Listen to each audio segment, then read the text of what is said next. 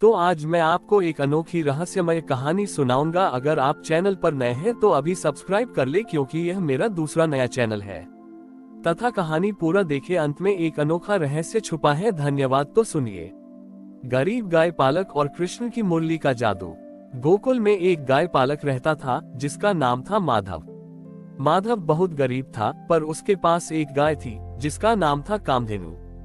कामधेनु बहुत प्यारी और शांत स्वभाव की थी, पर एक समस्या थी। वह किसी भी ग्वाले को अपना दूध नहीं देती थी। माधव ने बहुत कोशिश की, पर कामधेनु ने कभी उसे एक बूंद भी दूध नहीं दिया। ये देखकर माधव बहुत दुखी रहता था। उसके पड़ोस के लोग उसका मजाक उड़ाते थे और कहते थे कि यह गाय किस काम की है। माधव को जन्माष्टमी का इंतजार रहता था, क्योंकि वह कृष्ण का बहुत बड़ा भक्त था। उसे विश्वास था कि एक दिन कृष्ण उसकी भक्ति जरूर देखेंगे। जन्माष्टमी का त्योहार नजदीक था और हर कोई अपने कान्हा के लिए कुछ न कुछ भेंट देने की तैयारी कर रहा था। माधव के पास भेंट देने के लिए कुछ नहीं था, सिवाय अपनी भक्ति के। उसने सोचा, मैं अपने कान्हा को क्या दूं? मेरे पास तो दूध भी नहीं है। उसने अपनी उदासी में अपनी बांसुरी निकाली और कृष्ण के लिए एक मधुर धुन बजाना शुरू कर दिया। उसकी बांसुरी में कोई राग नहीं था, पर उसमें उसके दिल का सारा दर्द और प्रेम भरा हुआ था। जब जन्माष्टमी की रात आए और कृष्ण के जन्म का समय हुआ, तो अचानक माधव की झोपड़ी में एक दिव्य प्रकाश फैल गया। कृष्ण वहां प्रकट हुए। माधव ने जब उन्हें देखा तो उसकी आंखों में आंसू आ गए। कृष्ण ने मुस्कुराते हुए कहा, मेरे प्यारे माधव, मैंने तुम्हारी बांसुरी की धुन सुनी है। तुमने अपने दुख में भी मुझे याद की। या तुम्हारे प्रेम से भरी धुन ही मेरे लिए सबसे बड़ी भेंट है। इतना कहकर कृष्ण ने अपनी मुरली उठाई और उसे बजाना शुरू कर दिया। कृष्ण की मुरली की धुन सुनते ही माधव की गाय कामधेनु बेचैन हो उठी। वह दौड़कर आए और अपना सारा दूध एक बर्तन में उड़ेल दिया। दूध इतना मीठा और स्वादिष्ट था कि ऐसा दूध पहले कभी गोकुल में किसी ने नहीं चखा था। कामधेनु ने फिर कभी दूध देना बंद नहीं किया। माधव की बांसुरी की धुन ने न केवल कृष्ण का मन जीता, बल्कि उसकी गाय को भी बदल दिया। इस कहानी से यह सीख मिलती है कि सच्ची भक्ति धन या वस्तु में नहीं, बल्कि मन की पवित्रता और प्रेम में होती है। कृष्ण के चमत्कार के बाद माधव का जीवन पूरी तरह से बदल गया था। उसकी बांसुरी अब सिर्फ एक साधारण वाद्य यंत्र नहीं थी, बल्कि प्रेम और भक्ति का प्रतीक बन गई थी। गोकुल के लोग उसकी गाय कामधेनु के दूध को प्रसाद मानते थे और उसे श्रद्धा से ग्रहण करते थे। एक दिन गांव में बहुत तेज आंधी तूफान आया। घरों की छतें उड़ गईं और पेड़ उखड़ गए। पूरा गोकुल भय और निराशा से भर गया। तभी नंद बाबा ने गांव वालों से कहा, घबराओ मत। माधव की बांसुरी की धुन हमें इस मुसीबत से बचाएगी। उसकी धुन में स्वयं कृष्ण का वास है। सब लोग माधव के घर के पास इकट्ठा हुए और उससे प्रार्थना की कि वह अपनी बांसुरी बजाए।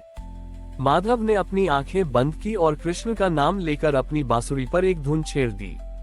ये धुन कोई साधारण धुन नहीं थी, बल्कि उसमें पूरे गोकुल के लोगों का भय और माधव का विश्वास भरा हुआ था। जैसे ही माधव की बांसुरी की धुन गूंजी, एक अद्भुत चमत्कार हुआ। आंधी तूफान धीरे धीरे शांत होने लगा। आसमान में छाए काले बादल छटने लगे और एक हल्की सुहानी हवा चलने लगी। गांव वालों ने देखा कि जिस जगह माधव की बांसुरी की धुन सबसे ज्यादा सुनाई दे रही थी, वहां एक भी घर को कोई नुकसान नहीं पहुंचा था। इस घटना ने पूरे गोकुल में माधव की भक्ति और उसकी बांसुरी के प्रति एक गहरा सम्मान पैदा कर दिया। लोग समझ गए कि ईश्वर की कृपा पाने के लिए धन दौलत या बड़े बड़े पूजा पाठ की नहीं, बल्कि सच्चे मन से की गई भक्ति और विश्वास की जरूरत होती है।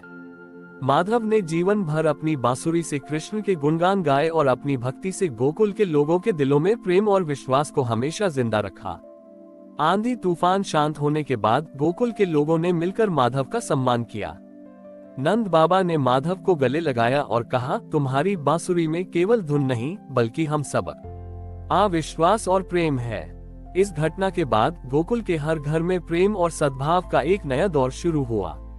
माधव ने देखा कि उसकी बांसुरी की धुन में इतनी शक्ति है, तो उसने तय किया कि वह इस धुन को केवल मुसीबत के समय ही नहीं, बल्कि हर दिन बजाएगा। वह सुबह शाम अपनी बांसुरी लेकर गांव में निकलता और एक मधुर धुन छेड़ता। उसकी धुन सुनते ही बच्चे खेलने के लिए इकट्ठा हो जाते, किसान अपने खेतों में उत्साह से काम करते और ग्वाले ने अपने मटके में दूध दही भरकर खुशी से गुनगुनाने लगती। माधव की बांसुरी की धुन ने पूरे गांव को एक धागे में पिरो दिया। अब लोग छोटे मोटे झगड़े छोड़कर एक दूसरे की मदद करने लगे थे। यदि किसी के घर में कोई समस्या होती तो सभी मिलकर उसका समाधान करते। गांव में एक नई परंपरा शुरू हो गई थी, जहां हर शाम को सभी लोग माधव की बांसुरी की धुन पर एक साथ बैठकर भजन गाते थे। ये सब देखकर एक संत फिर से गोकुल आए। उन्होंने कहा, मैंने बहुत से नगरों और गांवों में घूमकर देखा है, पर ऐसा प्रेम और सद्भाव कहीं नहीं देखा। ये सब माधव की बांसुरी और उसकी सच्ची भक्ति का परिणाम है। उसकी बांसुरी केवल एक संगीत वाद्य यंत्र नहीं है, बल्कि कृष्ण के प्रेम का प्रतीक है। माधव की कहानी ने ये साबित कर दिया कि प्रेम और विश्वास से भरी हुई कला, चाहे वह कितनी भी साधारण क्यों न हो, एक पूरे समाज को बदल सकती है। उसकी बांसुरी ने गोकुल को केवल एक गांव नहीं, बल्कि प्रेम, सद्भाव और भक्ति का एक अटूट बंधन बना दिया था। हमारी और भी आध्यात्मिक एवं अनोखी कहानियां देखने के लिए हमारे चैनल पर जाएं तथा धार्मिक एवं पौराणिक अनोखी कहानियां हमारे चैनल पर है।